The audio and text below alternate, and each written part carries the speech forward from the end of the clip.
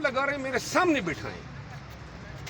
یعنی کہ 2.5 ماہ سے سب کچھ ہو رہا ہے, خان کے کان بھرے جا رہے ہیں اور مجھ سے کوئی پوچھتا تک نہیں ہے. یہ کس طرح کا انصاف ہے؟ ہم خود پی ٹی آئی کے لوگ شکایت کرتے ہیں جی عدالت نے ہمیں سنا نہیں. کس طرح آپ دوسری پارٹی کو سنے بغیر کوئی آدمی فیصلہ کر سکتا ہے؟ مجھے پتہ ہی نہیں ہے, نوٹیفیکیشن آ گیا بلے باز کو لانے والے نقوی صاحب کا کہ جناب یہ ہم نے ٹرمینیٹ کرو. بھائی کون ہو تم ٹرمینیٹ کرنے والے؟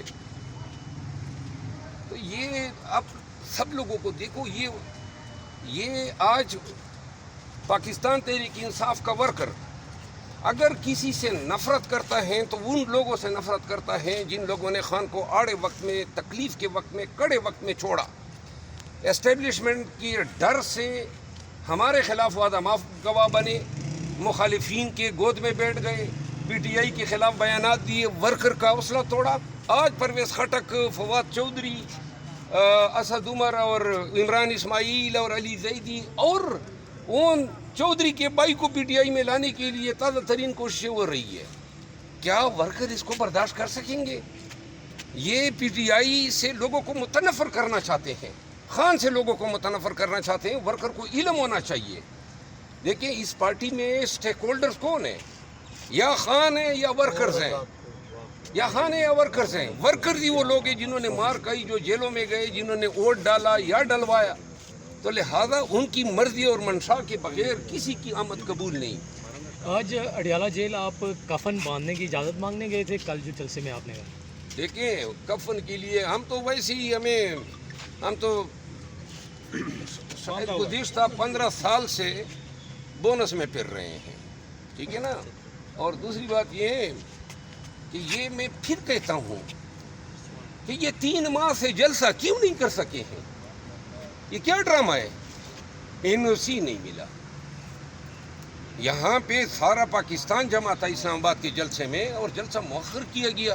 کیوں کیا گیا؟ مروت صاحب کہتے ہیں کہ عمران خان نے کہا کہ آپ جب تک آپ کو اجازت نہیں ملتی. کون سی اجازت؟ خان صاحب مجھے کہتا نا, میں نے خان صاحب کے لیے 9 مئی کے بعد جلسے کیے, پورے پاکستان میں کیے. کبھی وہ مجھے کہتا نا کہ اجازت لو, کبھی مجھے کہتا نا کہ بھائی 80 جلسے ہم نے کیے, کنونشن کیے.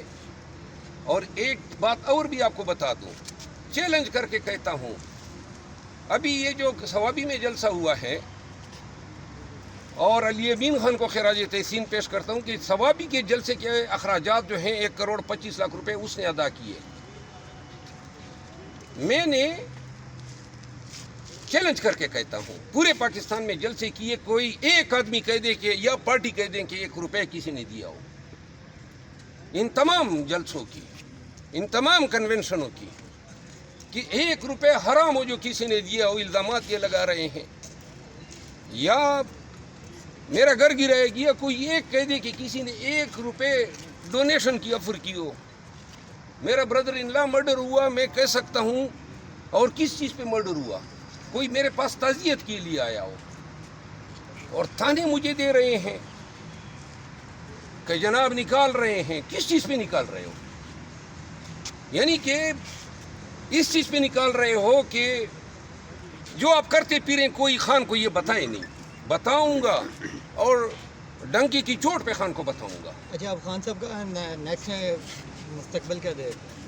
خان صاحب کا مستقبل اور قوم کا مستقبل جڑا ہوا ہے. کب تک جیل سے رہا ہونے کے؟ دیکھیے خان صاحب تب جیل سے رہا ہوں گے جب یہ قوم این او سی کے پیچھے نہیں بھاگی. اچھا شیر افضل یار ایک سوال کا جواب تو دینے دو نا, تم لوگ خود مطلب تیزگام میں سوار ہو. جب این او سی کے پیچھے بھاگو گے, اجازتیں مانگو گے کہ ہم نے جلسے جلوس اور ریلیاں کرنی ہے, تو پھر خان کی رہائی ممکن نہیں ہے. خان تب رہا ہوگا جب جناب علی پوری قوم سڑکوں پر ہوگی. یہ میرا اعتقاد ہے. مروت صاحب آپ نے کچھ پارٹی رہنماؤں پہ پہل آپ نے کی تھی کہ وہ کہیں سے لانچ ہوئے ہیں, لیکن اب آپ پہ الزام ہے کہ آپ کو لانچ کیا گیا